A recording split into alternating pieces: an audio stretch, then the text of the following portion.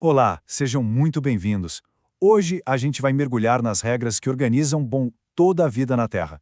Vamos descobrir como cada ser vivo, não importa o tamanho, faz parte de uma teia gigantesca que cobre o planeta todo. E para a gente entender essa conexão, vamos começar com uma pergunta bem direta. Então, a grande questão que vai nos guiar é essa.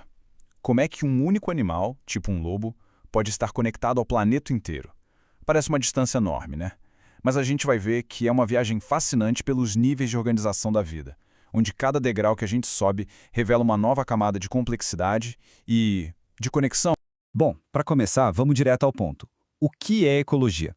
Muita gente acha que é uma ciência super complexa, distante, mas na verdade eu estudo da nossa própria casa, só que numa escala, digamos, um pouquinho maior. E sabe o que é legal? A pista está no próprio nome. Ecologia vem lá do grego oikos, que quer dizer casa, e logos, que significa estudo. Então, se a gente juntar as peças, é literalmente o estudo da casa. Simples assim. É o estudo da natureza, da nossa casa e de todas as relações que rolam dentro dela. Uma ideia simples, mas nossa, como ela é poderosa. Ok, então, vamos começar a nossa subida por essa escada da vida. E como em toda boa construção, a gente começa pelo nível mais básico, o ponto de partida de tudo. E tudo começa aqui, ó, com o indivíduo, um único ser vivo, como esse lobo-guará. Ele é a unidade fundamental, sabe? O primeiro tijolinho dessa construção imensa. Sozinho, ele é só uma peça do quebra-cabeça. Mas a mágica começa de verdade quando essas peças se juntam. Porque quando a gente tem vários indivíduos da mesma espécie que vivem no mesmo lugar e na mesma época, aí a gente tem o que chamamos de população. É uma ótima analogia pensar nisso como uma família ou um clã compartilhando o mesmo território. Olha só que interessante. A gente saiu de um único lobo para um grupo deles. Isso é uma população. É o primeiro nível de organização social na natureza. Mas, é claro, a história não para por aí. Eles não estão sozinhos nesse ambiente nem de longe. Beleza, então a gente já tem as famílias. Mas o que acontece quando várias dessas famílias diferentes, de espécies diferentes, moram, digamos, na mesma vizinhança? Agora a cena se abre. A gente não vê mais só os lobos. A gente vê as árvores. Com certeza tem outros animais por ali. Plantas, fungos, todo mundo convivendo e interagindo no mesmo espaço.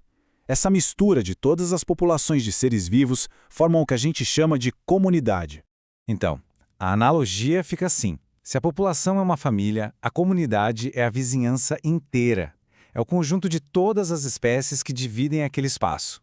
O que os biólogos também chamam de biota ou biocenose. É nesse ponto que a teia da vida começa a ficar realmente complexa e interessante.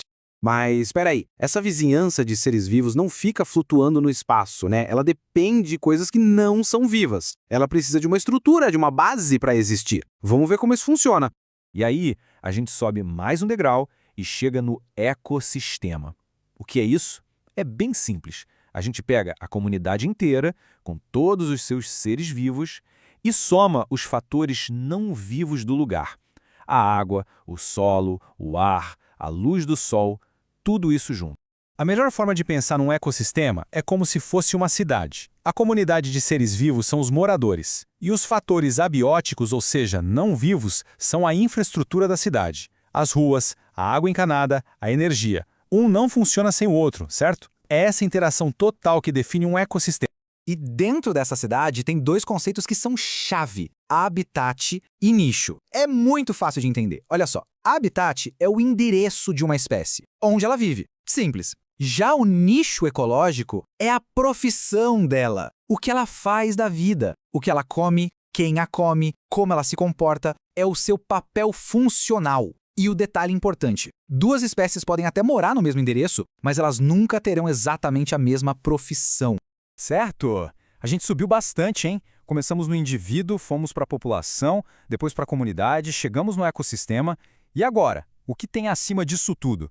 Bom, agora a gente dá o zoom out máximo possível. Chegamos no topo, a biosfera. E o que é isso? É um conjunto de todos os ecossistemas do nosso planeta. É aquela camada fininha e preciosa da Terra onde a vida acontece, sabe? Do fundo dos oceanos até o pico das montanhas mais altas. A biosfera é, em última instância, a nossa grande casa compartilhada. Ok, montamos toda essa estrutura gigantesca. Mas fica a pergunta, o que faz tudo isso funcionar? Qual é o motor, o combustível que move essa máquina incrível? A resposta é uma palavra só: energia. Vamos entender rapidinho como ela flui por todo esse sistema. Esse fluxo de energia tem um caminho bem conhecido, a cadeia alimentar. Basicamente, funciona em 3 grandes grupos. Primeiro, os produtores, as plantas, que são incríveis em capturar a energia do sol. Depois vem os consumidores, que precisam comer outros seres para pegar essa energia. E no final, temos a equipe de limpeza da natureza, os decompositores, que reciclam toda a matéria orgânica e devolvem os nutrientes para o solo. E aqui está a regra mais importante de todas, uma verdadeira lei da natureza. O fluxo de energia tem um sentido só. É uma rua de mão única. A energia entra no sistema, vinda do Sol, passa de um ser para o outro, e a cada passo, uma parte importante se perde na forma de calor. Ela não é reciclada, ela não volta.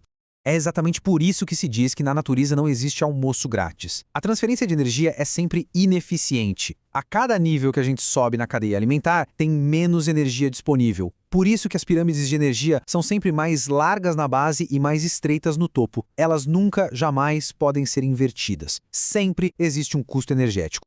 E com isso, a gente fecha o ciclo e volta ao nosso ponto de partida.